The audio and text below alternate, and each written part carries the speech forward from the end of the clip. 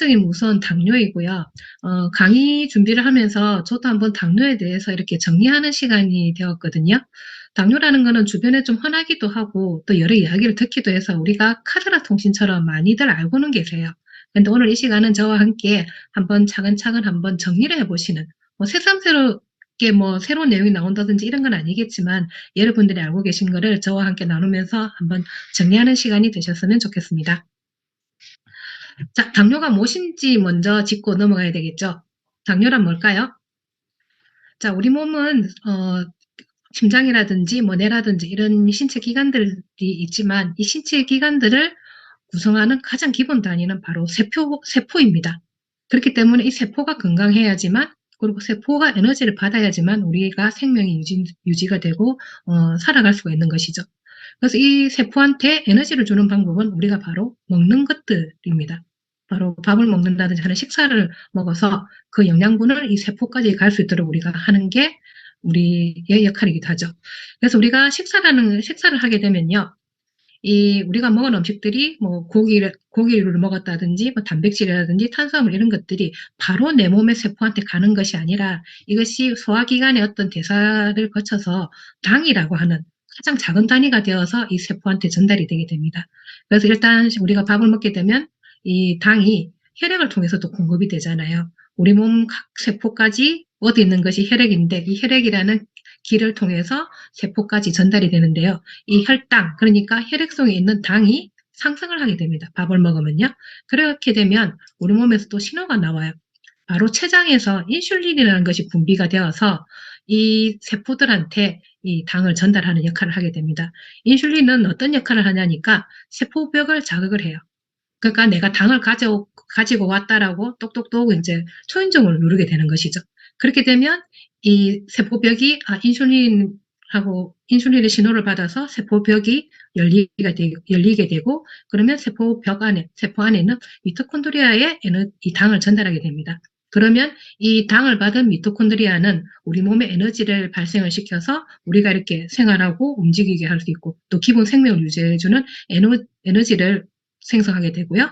그렇게 되면 우리 몸의 혈당은 이제 소모를 했기 때문에 다 혈당이 하락을 하고 당이 이제 소모가 되는 것이죠. 이게 우리 몸의 기본적인 에너지 대사에 대한 기본적인 메커니즘인데요. 문제는 이게 어떤 세포의 이상이라든지 아니면 인슐린의 이상이라든지 이런 거에 의해서 이 혈당이 제대로 소모가 안 되는 게 문제가 되는 것이죠.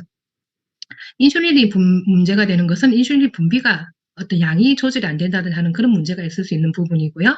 세포가 문제인 거는 세포가 이제 우리가 나이가 들어가면서 우리가 어떤 활성산소라든지 이런 거에 영향을 받아서 이제 병이 생겼다든지 노화가 일어났을 경우 기능이 상실되는 것이죠.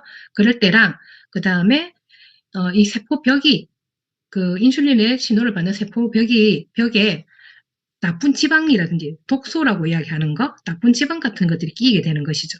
그럼 아무리 인슐린이 문을 두드려도 이게 전달이 안 되는 것이죠. 그런 것들에 의해 가지고 우리가 먹은 음식들이 당으로 변화되어서 이게 세포까지 전달되지 못하고 혈액 속에 떠돌게 됩니다. 그러면 또 우리 몸은 어떤가요? 스스로를 보호하는 기능이 있습니다. 혈액 속에 당이 너무 많이 돌고 있으면 이것을 배출해내려고 하죠. 몸속에 필요 없는 것이 너무 많으니까 빼내려고 하는데 그러다 보니까 그것이 소변으로서 배출이 되고 그래서 소변에 당이 섞여 나오는 것을 우리는 당뇨라고 이야기를 합니다. 당뇨에는 종류가 두 종류가 있습니다. 제1형 당뇨와 제2형 당뇨라고 이야기를 합니다. 제1형 당뇨는요, 보통 소아당뇨라고 이야기를 해요. 그러니까 어렸을 때부터 당뇨가 있는 것이죠. 어린애들이 어떤 기관이 덜 발달이 되어서 이게 좋아지기도 하는데 그 기능이 제대로 못하게 되면서 췌장 기능이 발달이 미흡해서 인슐린 분비를 못하는 거예요. 그 다음에 아니면 자가 면역 기전이나 어떤 이런 거에 의해서 또 인슐린 분비가 안 될 수가 있는 거죠. 그리고 또 후천적으로는 약물이나 사고에 의해서 췌장 기능이 망가졌을 때 인슐린 분비가 안 되게 됩니다. 그래서 제1형 당뇨 같은 경우에는요. 개선이 된다고 할 수가 없어요. 이거는 인슐린 분비가 아예 안 되는 것이기 때문에 의사의 도움에 의해서 약이라든지 이런 것들을 평생 이렇게 관리를 받으셔야 되고요. 췌장 이식하는 것밖에 방법이 없대요. 그래서 혈당 조정과 합병증 완화에 도움을 줄 수 있는 방향으로 이 부분을 접근을 하셔야 되는 부분이고요. 그리고 제1형 당뇨는 우리가 소아장애라고 보통 이야기는 하지만 이게 또 의외로 한 30세 이전에 젊은 층에서도 나타날 수도 있다고 합니다. 갑자기 발병을 하게 된대요. 그리고 우리나라 당뇨 환자의 15% 정도가 해당이 된다고 합니다. 생각보다 좀 수치가 많다고 싶더라고요. 그리고 또 제2형 당뇨와 비교했을 때 비만이라든지 유전적인 관련성은 적다고 합니다. 그냥 본인의 어떤 기능 이상에 의해서 이렇게 제1형 당뇨가 생기는 것이죠. 그리고 두 번째 제2형 당뇨는 아까 이야기 드렸던 인슐린 저항성. 인슐린이 세포벽을 두드려서 기능을 하려고 하는데 그 인슐린이 저항을 받는 것이죠.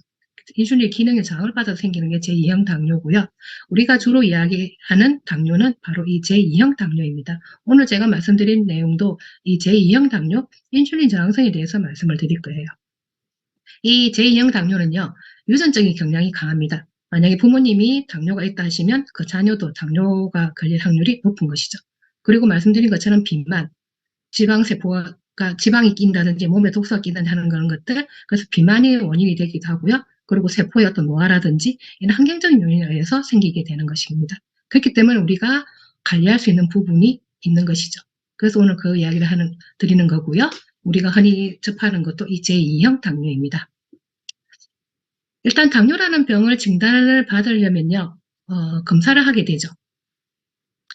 제일 많이 하는 것이 공복혈당 검사입니다. 보통 이렇게 손가락 끝을 이렇게 콕 찔러서 집에서도 이렇게 하기도 하시잖아요. 그 공복혈당 검사를 통해서 당뇨 진단을 하기도 하고요. 두 번째는 당화혈색소라고 해서 이 검사를 통해서 하게 되는데요. 이 당화혈색소는 어떤 것이냐니까 우리 몸에 그 피가 있고 피가 이렇게 당을 전달해 준다고 했잖아요. 세포 하나하나까지. 그때 기능을 해주는 게 적혈구입니다. 이 적혈구가 당이랑 산소를 세포까지 공급을 해주는데 그때 당을 만나게 되면 그러니까 당화가 된 그 적혈구의 색깔이 빨간색을 띠게 되는 것이에요. 근데 이 적혈구의 수명이 보통 한 3개월 정도 된다고 합니다. 그렇다 보니까 이 3개월 동안에 이 당화혈색소가 얼마만큼 혈액 속에 있느냐, 그 비율을 보는 것이죠. 그렇게 해서 당뇨를 진단하게 되는데요. 공복혈당은 많이 아시다시피 공복 시에 내가 밥을 먹고 8시간 정도 지난 후에도 혈당을 재었는데 100 미만일 때는 우리가 정상으로 봅니다. 그런데 이게 공복혈당이 126 이상일 때는 우리가 당뇨라고 진단을 받게 되죠. 그러면 100부터 125까지는 어떻게 되나요? 당뇨 전 단계라 그래가지고 의사들도 특별히 약을 처방해 주진 않아요. 그렇지만 당뇨의 가능성이 있기 때문에 관리를 하십시오라고 하게 되는 것이죠. 아마 대부분의 성인이라면 특히 저 나이 정도의 어떤 성인이라 그러면 보통 당뇨 전 단계 정도는 아닐까 싶어요. 100 이하의 정상이실 분은 많이 없으실 것 같아요. 일단은 공복혈당은 이렇게 이제 검사를 하게 되고요. 말씀드린 것처럼 당화혈색소는 이제 3개월 정도의 주기를 가지고 관찰을 하게 되고 당뇨 진단을 받으신 분들이 의사한테 당뇨 이렇게 관리를 받으실 때도 약을 처방받는다든지 이렇게 하실 때도 주로 빠지지 않고 하는 검사가 당화혈색소 검사입니다. 이 정상은요, 4에서 5.6% 이하일 때는 정상으로 보고요. 이게 6.5% 이상일 때는 당뇨라고 진단을 하게 됩니다. 그래서 이 당화혈색소가 어떻게 보면 더 정확한 공복혈당 검사보다는 더 정확한 당뇨 진단일 수 있는 것이죠. 그래서 의사들도 이것을 관리하는데 이 검사를 활용하고 있습니다. 이렇듯이 당뇨라는 것은 단순하게 보면 그냥 소변이라고 이야기를 하게 되면 신장에 내가 문제가 있나? 그래서 당뇨라는 게 생기나? 저는 처음에 그렇게 생각했었어요. 어렸을 때 당뇨라는 병을 처음 들었을 때는. 근데 그게 아니라 지금 계속 이야기 드리는 거는 혈관을 이야기하고 혈액을 이야기 드리고 있잖아요. 그렇듯이 당뇨는 말씀하신 것처럼 우리 대사 질환의 대표적인 대사 질환 중에 하나인 심혈관계 질환의 한 종류입니다. 그렇기 때문에 당뇨가 있으신 분들은 고혈압이 있으시고요. 고혈압이 있으신 분들은 당뇨가 올 가능성이 높은 것이죠. 다 연관이 되어 있기 때문에 그거까지 뒤에서 같이 함께 말씀을 드리겠습니다. 자, 그러면 우리 공복혈당을 한번 알아볼게요. 왜 그러면 당뇨 환자들은 공복혈당이 높을까요? 내가 먹은 게 없는데, 내가 당을 섭취해 준 게 없는데 왜 당이 높을까? 그걸 한번 보니까요. 자, 식사를 하게 되면 우리가 혈당이 상승한다고 말씀을 드렸죠. 그러면 정상 혈당으로 이제 세포에 들어가서 쓰일 건 쓰이고 저장될 건 저장되고 정상 혈당으로 돌아옵니다. 이렇게 되는데 보통 한 2시간 반 정도가 걸린대요. 그런데 우리가 밥 먹는 시간은 어떤가요? 2시간 반마다 밥 먹나요? 아니잖아요. 그렇기 때문에 우리가 보통 식사는 한 5시간 정도의 텀을 가지게 됩니다. 그러면 이렇게 정상 혈당이 되고 난 뒤에 그 다음 식사까지의 그 간격, 그동안에는 우리 몸은 어떻게 되나요? 혈액 속에는 저혈당이 일어나는 것이죠. 그런데 저혈당이 일어났다 해가지고 우리 몸이 쉬는 건 아니잖아요. 내가 일을 하고 있고 공부도 하고 내가 뭔가 에너지를 쓰는 활동을 하고 있는 것이죠. 잠잘 때도 에너지가 소모가 되고 있으니까요. 그렇기 때문에 혈당이 필요해요. 당을 또 에너지들이 달라고, 세포들이 달라고 합니다. 그러면 이거를 가장 적극적으로 달라고 하는 데가 어디일까요? 네, 바로 뇌입니다. 네, 심장도 필요하고 뭐 다 필요하지만 주로 그 명령을 내리는 곳은 뇌잖아요. 심장에서 신호를 보내는 거죠, 뇌한테. 좀 당이 모자라, 에너지 모자라, 더 줘, 더 줘, 라고 보내면 이게 뇌를 거쳐서 다 명령이 전달되잖아요. 그런데 문제는 뇌 자체가 또 더 필요로 한 거죠. 뇌도 되게 에너지를 많이 소모하는 기관이거든요. 그렇기 때문에 뇌 본인이 필요해서라도 자꾸 당을 만들어내라고 합니다. 그러면 우리가 식사는 하지 않는데 당은 있어야 되죠. 그럼 어디서 당이 공급이 되느냐니까 간에서 공급을 해요. 그 원료가 되는 것이 건용에서 생산한 대사물, 노폐물, 젖산을 당으로 변환시켜서 공급을 하게 되고요. 그 다음은 간은 기본적으로 5% 정도는 지방을 축적하고 있습니다. 비상에너지로서. 근데 이게 5% 이상이 넘어서게 되면 우리가 지방간이라고 하는 거죠. 그래서 5% 이상을 넘으면 안 되거든요. 어쨌든 간에 축적되어 있는 지방을 소모를 또 하게 됩니다. 그리고 우리 몸에는 참 반갑지 않은 지방세포들이 있습니다. 필요한 것들이긴 하지만 너무 많아서 문제인데요. 이 체지방을 또 분해를 해서 체지방에 저장되어 있는 지방을 빼내서 당으로 변화시켜서 우리 몸에 에너지를 쓰게 되는 것이죠. 그런데 이렇게 뇌 명령에 의해서 이제 혈당이 높아졌습니다. 혈액 속에 당들이 참 분포를 하게 된 거예요. 그런데 당뇨병 환자들은 어떠신가요? 당뇨 환자이신 분들은 이 당 대사가 이루어지지 않는 분들이죠. 인슐린이 분비가 되고 어떻게 하고 하더라도 이게 세포에 들어가서 당 대사로서 쓰이지를 못하는 게 지금 당뇨병인 거잖아요. 그러다 보니까 공복에 혈당은 필요해서 혈당을 만들어 내 몸에서 막 찾아내서 만들어내긴 했지만 이 당 소모가 잘 안 되는 거죠. 그러다 보니까 공복 혈당이 정상인들보다는 훨씬 더 높은 것입니다. 이해가 되시죠? 그렇기 때문에 여기서 참고서 한번 말씀드리자면 간 기능이 향상이 되면 공복 혈당이 올라갈 수가 있대요. 간 기능이 너무 좋아서 너무 당을 잘 만들어내고 에너지를 잘 만들어내다 보니까 당뇨이신 분들한테는 그래서 간에 좋은 어떤 식품이라든지 이런 거 권하실 때는 조금 주의를 하셔야 되는 부분이 있습니다. 그거는 그냥 그런 게 있다고 참고를 하시면 될 것 같고요. 자, 그러면 계속 또 이야기가 나오는 게 당뇨하면 놓칠 수 없는 게 바로 인슐린입니다. 인슐린은 말씀드린 것처럼 췌장이라는 우리 장기에서 만들어지고요. 이 췌장이 망가지면 인슐린이 만들어지지 않기 때문에 그 병원 약이라든지 그런 걸로 해서 평생 이제 관리를 받아야 된다고 말씀을 드렸잖아요. 그 인슐린이 하는 역할이 첫 번째 기능은 말씀드린 것처럼 세포벽을 자극해서 세포를 열어줍니다. 우리 몸에 필요한 에너지를 넣어주는 것이죠. 그런데 또 하나의 중요한 기능이 있습니다. 바로 쏘고 남은 당을 다시 지방으로 합성해서 저장하는 역할을 해요. 혈당이 이렇게 인슐린이 당을 잡고 세포까지 갔습니다. 넣어줬는데 아직도 이렇게 혈액 속에 돌고 있는 당들이 있겠죠.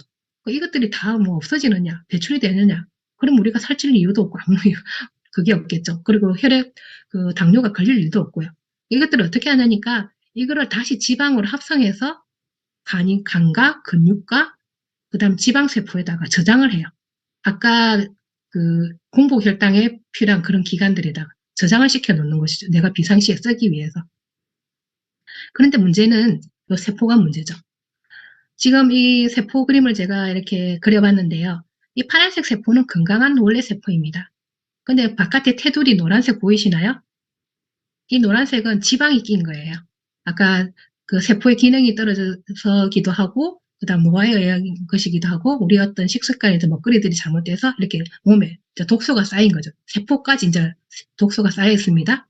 그래서 지금 인슐린이 제대로 지금 기능을 못하고 있는데 병원에서는 당뇨라 그러면 인슐린 제제를 처방을 해주죠. 인슐린을 아예 주사로 넣도록 해준다든지 아니면 인슐린 생성에 관련되는 그런 약을 처방을 해주게 됩니다. 그러면 어떻게 되나요? 지방 축적이 증가를 하겠죠. 인슐린 기능이 지방으로 다시 합성해서 저장하는 기능이니까. 근데 이게 너무 과하게 이제 저장이 되니까 이 세포에 또 이렇게 지방이 또 생기는 거예요. 그럼 어떻게 되나요? 또 인슐린 저항성이 또 생기겠죠. 그러다 보니까 의사는 또 인슐린을 처방해 줍니다. 그러다 보니까 이게 계속 악순환이 되는 거예요. 당뇨가 저하지기 위해서 인슐린을 처방을 받았는데 이 처방받은 인슐린에 의해서 내 몸에 지방이 축적됨으로 해서 또 인슐린 기능이 저하되고 그럼 또 인슐린 처방을 받고 계속 악순환으로 돌게 되고 당뇨 같은 경우도 약이 점점 세진다고 이야기를 하죠. 그리고 고혈압이나 이런 것들과 마찬가지로 이게 낫는 게 아니라 당장의 눈앞에 보이는 증상만 관리를 받게 되는 것이죠. 그래서 병원약으로서 당뇨가 치유가 된다? 치료가 된다는 건 없는 것 같아요. 그래서 일단 일반적으로 당뇨다 그러면 당뇨 증상은 크게 세 가지가 있습니다. 말씀드린 것처럼 소변으로 배출을 하기 위해서 소변을 자주 누게 돼요.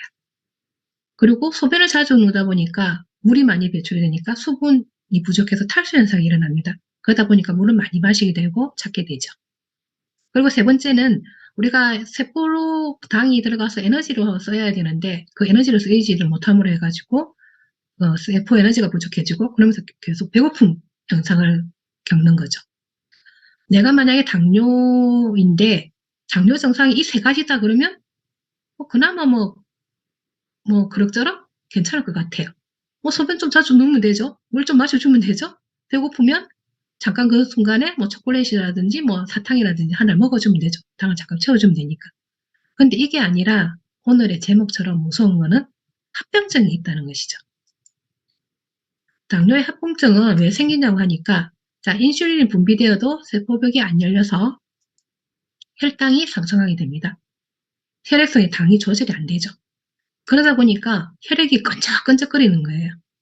우리가 꿀이라든지 설탕이라든지 이런 거 왜 조금 녹았다 싶을 때 만약에 이렇게 식탁 위에 잠깐 묻었다 싶을 때 보면 어떤가요? 끈적끈적하잖아요.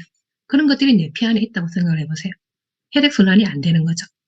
그러다 보니까 이 말초신경들, 우리 손가락 끝이라든지 발가락 끝이라든지 이 몸 구석구석까지 피가 통하지를 않는 것이죠. 그러다 보니까 손가락, 발가락에 피가 안 통함을 해가지고 피가 안 통하면 어떻게 되나요? 세포가 죽겠죠. 산소 공급도 못 받고 영양 공급도 못 받게 됨으로써 그렇게 해서 그 부분들이 썩어 들어가게 됩니다. 그렇게 되면 최후의 수단은 그 부분을 더 이상 썩어 나오지 않도록 잘라내야 되는 것이죠. 이게 바로 당뇨의 합병증, 대표적인 합병증입니다. 그리고 또 하나 또 무서운 거는요. 바로 모세혈관이 많은 기관이 망가집니다. 제일 먼저. 모세혈관이라는 것은 말 그대로 진짜 가는 혈관이거든요. 모세혈관이 많은 기관이 대표적인 기관이 어딘지 아세요? 네, 맞습니다. 우리 사회자님 말씀처럼 바로 눈이에요. 눈은 기능이 아주 많잖아요. 보는 이런 것들이. 그리고 눈이 움직이는 것들이 되게 많아요. 섬세한 부분이 많다 보니까 혈관이 가장 많은 기관인데 이 눈에도 혈액이 공급이 안 되겠죠. 그러므로 해서 녹내장, 백내장이라든지 망막병증 같은 것들이 생기게 되는 것이죠. 그래서 당뇨의 합병증이 눈으로 갔을 때는 실명까지 될 수 있는 아주 위험한 것이죠. 그리고 두 번째는 바로 신장입니다. 신장은 우리 몸의 필터 같은 기능을 하는 거잖아요. 그렇기 때문에 모세혈관들이 아주 많이 포진을 해가지고 걸러내는 작업들을 섬세하게 하는데 이 기간에 또 혈액 공급이 안 돼서 신장이 망가지게 되면 결국은 신장 투석까지 가게 되는 것이죠.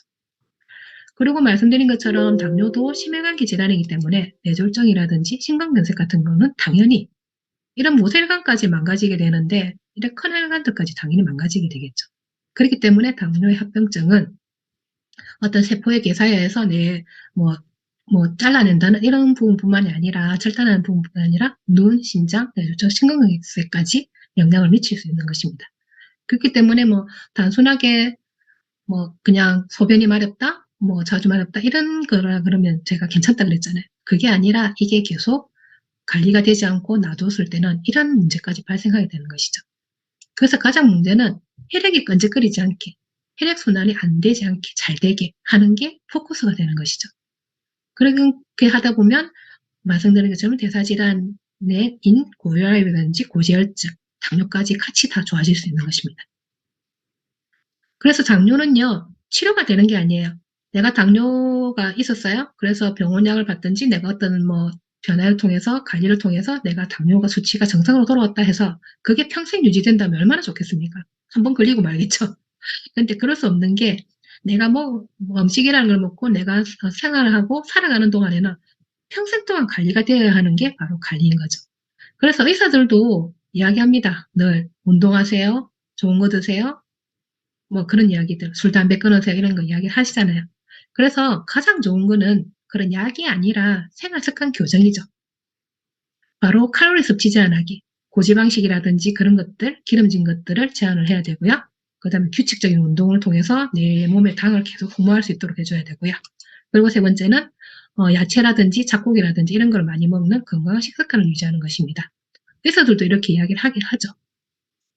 그래서 칼로리 섭취에 제한을 줄 수 있는 우리 파마에서 제품을 소개해드리자면 바로 하이브넷입니다. 이거는 동물성 식이섬유로 고요. 그 다음에 특화 공법이 있어서 되게 효능이 좋아요. 그래서 우리 몸에 필요 없는 불필요한 내가 먹은 것들 중에서 불필요한 칼로리를 지방을 잡아줄 수 있는 하이브넷이 있고요. 그리고 규칙적인 운동을 한다는 것은 내 몸의 에너지 대사를 높이는 것이죠. 에너지 대사에 관여할 수 있는 게 알스케어드의 리차지 제품입니다. 단 알스케어드 리차지 제품은 고혈압이신 분들은 조금 주의를 하셔야 되는 부분이 있어서 제가 일단은 표기를 해놨고요. 그리고 건강한 식습관이라는 것은 몸에 좋은 영양소들을 넣어주라는 것이잖아요. 그 대표적인 게 바로 라이프팩입니다. 그리고 혈관 관련으로 같이 관리가 되어야 되기 때문에 콜레스틴이라든지 마리노메가가 같이 들어간다면 너무 좋죠. 자, 내가 당뇨라 그러면 당뇨에 하는 그런 식습관을 가지고 계시겠죠. 운동도 잘 안 하실 거고 기름진 거 좋아하시고 밥도 백미라든지 이런 것들 좋아하시고 그렇게 드시면서 만약 이 식품들을 드신다 이러면 관리되세요. 하실 수 있거든요. 그렇지만 이거를 평생 내가 관리를 해야 되는데 이 식품들을 평생 이거 드시면서 그거는 또 내가 몸에 나쁜 것들 드시면서 운동도 안 하시면서 그렇게 사실 거냐는 거죠. 그럴 수는 없잖아요. 그렇기 때문에 도움을 드릴 수 있는 대안이 있습니다. 바로 3.3 헬시클럽입니다. 이야기 다 들어보셨을 거예요. 오늘 여기 만약에 처음 오셨던 분들이라고 하시면 여기 초대해 주신 분께 들으시면 되고요. 3.3 헬시클럽은 방금 앞에서 말씀드린 우리의 생활 습관을 교정할 수 있는 것을 도와주는 프로그램입니다. 벌써 10년이나 되었고요. 벌써 42기를 모집하고 있어요. 이번 기수에 지금 42기가 지금 다음 주부터 시작이 되고요. TR90이라는 90일 동안 먹는 제품과 함께하는 프로그램입니다. 이 제품은 특히 에이지락이라는 기술이 접목이 되어 있습니다. 에이지락은 말 그대로 나이를 잡는다는 것이거든요. 아까 계속 제가 말씀드리는 것 중에 세포의 노화에 의해서 기능이 떨어져서 당뇨가 올 수도 있다고 말씀드렸잖아요. 그 세포의 기능을 젊을 때로 돌려줄 수 있는 게 바로 에이지락 기술이거든요. 이 기술이 접목되어 있는 이 TR90 제품과 전문적인 교육을 받은 우리 컨설턴트 선생님들을 통해서 내가 관리를 받으시는 거예요. 8주 동안 얼마에? 단돈 2만 원에. 내가 매번 찾아가서 약 처방받고 하는 의사한테 몇만 원씩 주고 오시지만 의사들이 내 생활습관 교정까지는 도와줄 수가 없어요. 잔소리를 하겠죠. 그렇지만 내 일거수일투족 내가 뭘 먹고 어떻게 생활하는지를 하나하나 봐줄 수는 없거든요. 그렇지만 우리 3.3 헬스클럽에 들어오시면 8주 동안 컨설턴트 선생님이 나를 일거수일투족을 하나하나 이렇게 체크를 해주십니다. 관리를 해주시는 거죠. 그리고 또 좋은 거는 혼자 하지 않는다는 거. 함께하는 즐거움이 있고요. 같이 격려해 주시면서 서로 하실 수 있거든요. 그래서 3.3 헬스클럽은 당뇨가 아니라 하시더라도 뭔가 내가 어떤 내 생활 패턴의 변화가 필요하다든지 내 건강을 한번 바꿔보고 싶다 하시는 분들은 꼭 한번 참여해 보셨으면 해보시기를 추천드리는 프로그램입니다. 그래서 일상 사례를 제가 당뇨를 이렇게 찾아왔어요. 더 있을 것 같은데 제가 이렇게 찾은 거는 이분이신데 32기의 우수상을 받으신 분이고요. 당뇨약을 끊고 싶어서 시작하셨대요. 그리고 평소에 두통과 어지럼증이 있었는데 그것도 없어졌고요. 체력이 안 됐었는데 15층 계단 오르기를 한 번에 10번까지 할 수 있을 정도로 이렇게 변화가 있으셨대요. 그 얼마 만에? 단 8주 만에. 그리고 옆에 있는 분은 고혈압약을 15년 동안 먹었고 통풍과 목 디스크가 있으셔가지고 되게 고생을 하셨는데요. 목 디스크가 수술 없이 사라졌고 그 다음에 혈압도 정상으로 찾으셨대요. 그래서 20대의 체력을 회복하셨다고 하시는 사례가 있습니다. 뭐 이 두 분의 사례를 가져왔지만 더 많은 사례들이 있고요. 뭐 남자분이라 하더라도 젊은 분이시든 나이 드신 분이시든 다 그런 어떤 효과를 보시고 다 어떻게 본인들의 삶이 바뀌시는 경험을 하신 분들이 아주 많으십니다. 그리고 이분은 최근에 이제 하신 분인데요. 9살 때부터 20년 동안 두통을 달고 사셨대요. 한약을 먹고 병원 진료도 해보고 했는데 오만가다 해봤지만 안 됐는데 이 헬시 프로그램에서 빼도 내 몸 세포에 끼어있던 독소를 빼냄으로 해서 건강을 되찾으신 이런 사례도 있으시고요. 이런 여러 사례들이 많기 때문에 한번 제대로 알아보셨으면 좋겠고요. 제가 오늘은 여기까지 준비를 하려고 했는데 오늘 갑자기 따끈따끈한 자료가 와서 제가 또 준비를 했습니다. 자, 인바디 2장입니다. 날짜를 한번 보실게요. 이 첫 번째 인바디는요. 2023년 올해 1월 18일에 찍으신 거고요. 두 번째 거는 오늘 바로 2월 7일에 찍으신 인바디예요. 이분이 그건 한 3주 딱 기간이죠. 그동안에 뭐 내장지방이 많으신 분도 아니에요. 날씬하신 분이에요. 54.7kg밖에 안 나가시는 분인데 내장지방이 45에서 45로 줄으셨고요. 그리고 골격량이 더 늘었어요. 하나도 줄어든 게 없는데 문제는 체지방률이 거의 2%가 빠지셨어요. 얼마 만에? 단 3주 만에. 정말 놀랍지 않나요? 이분은 우리 헬시 프로그램은 기수별로 시작하기 때문에 이분은 헬시 프로그램을 이분 기수에 하신 분이 아니세요. 하지만 그 앞에 해오셔가지고 어느 정도 몸의 상태를 건강하게 만들어 놓으셨는데 이런 변화가 또 일어난 거죠.